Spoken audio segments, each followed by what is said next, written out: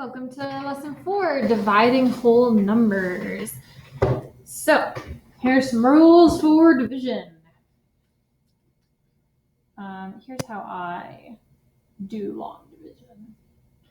I simplify it to DMs bring down. So whatever weird way you remember that, okay? Sometimes I say in my classes, like slide into the DMs, okay? DMs slide. So you got divide, multiply. Okay, so D divide, M multiply, S is subtract. And then the arrow is bring down. Okay, rules. If you run out of numbers,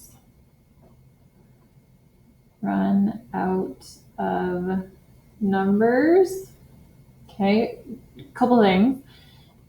You can either leave it as a remainder. And I think for now we're going to do remainders because we're not quite to decimals. But what you could do is add a decimal and more zeros. And then you can just keep going. And then you have decimal places.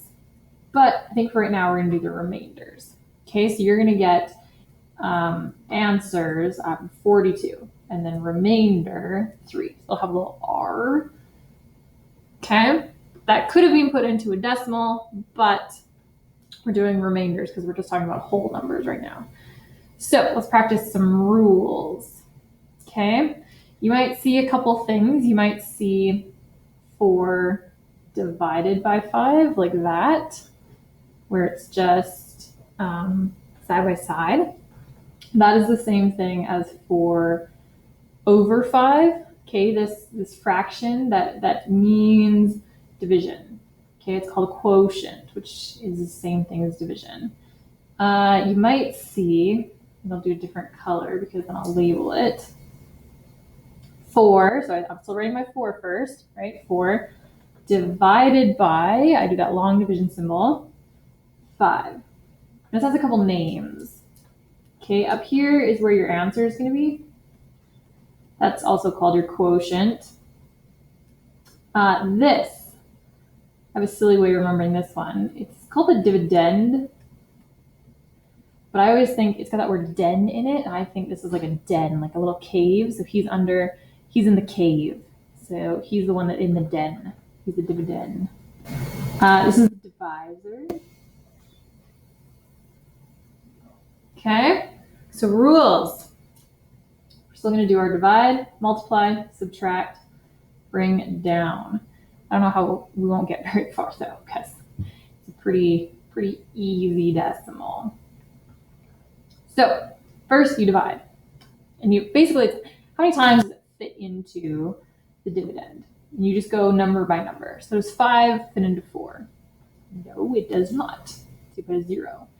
Now I'm going to add a decimal and add more zeros because I've now run out of numbers. So I can add a 0. I can just add another 0. Okay, add my decimal, add a 0. So now it's 5 into 40. And I know 5 goes into 40 because it ends in a 0. And 5 always fits into things with 0 or 5 at the end.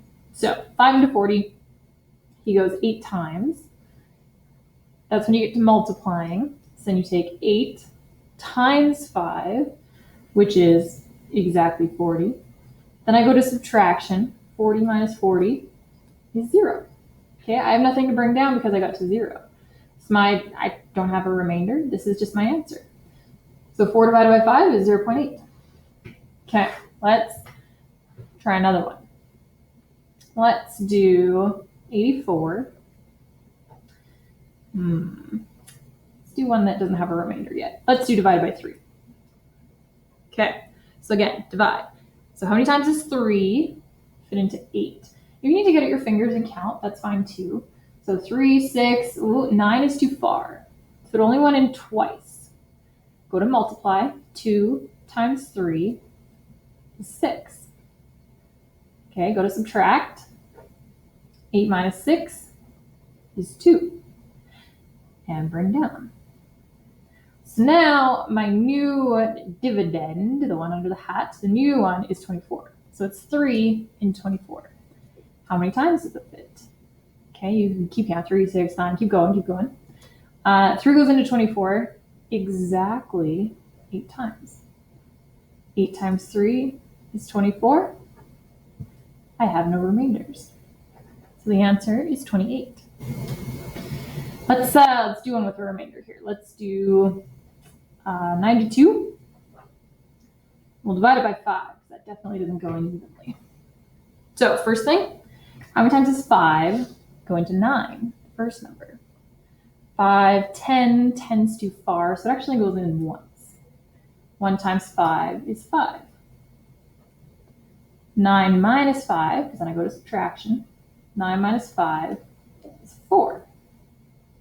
Okay, bring down.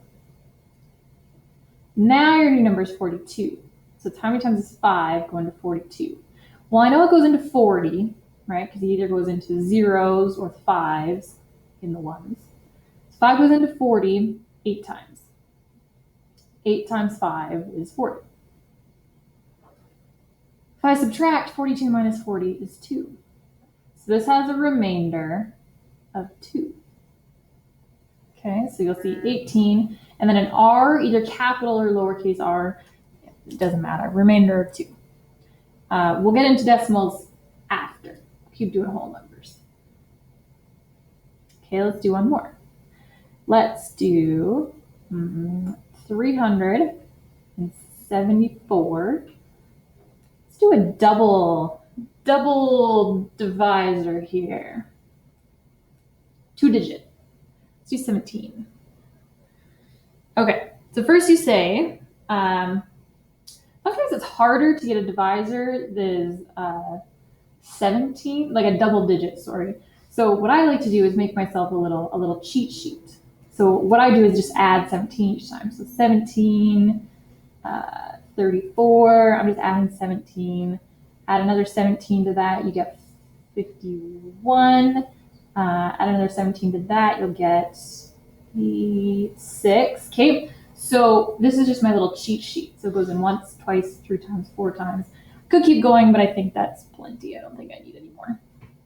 Okay, let's divide. 17 into 3. We know that doesn't go. You can put a 0 here, but we don't write leading zeros, right? So we just leave him blank. So then it's 17 into 37. Go look at your little cheat sheet.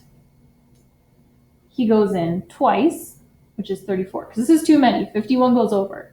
So he goes in twice. 2 times 17 was 34.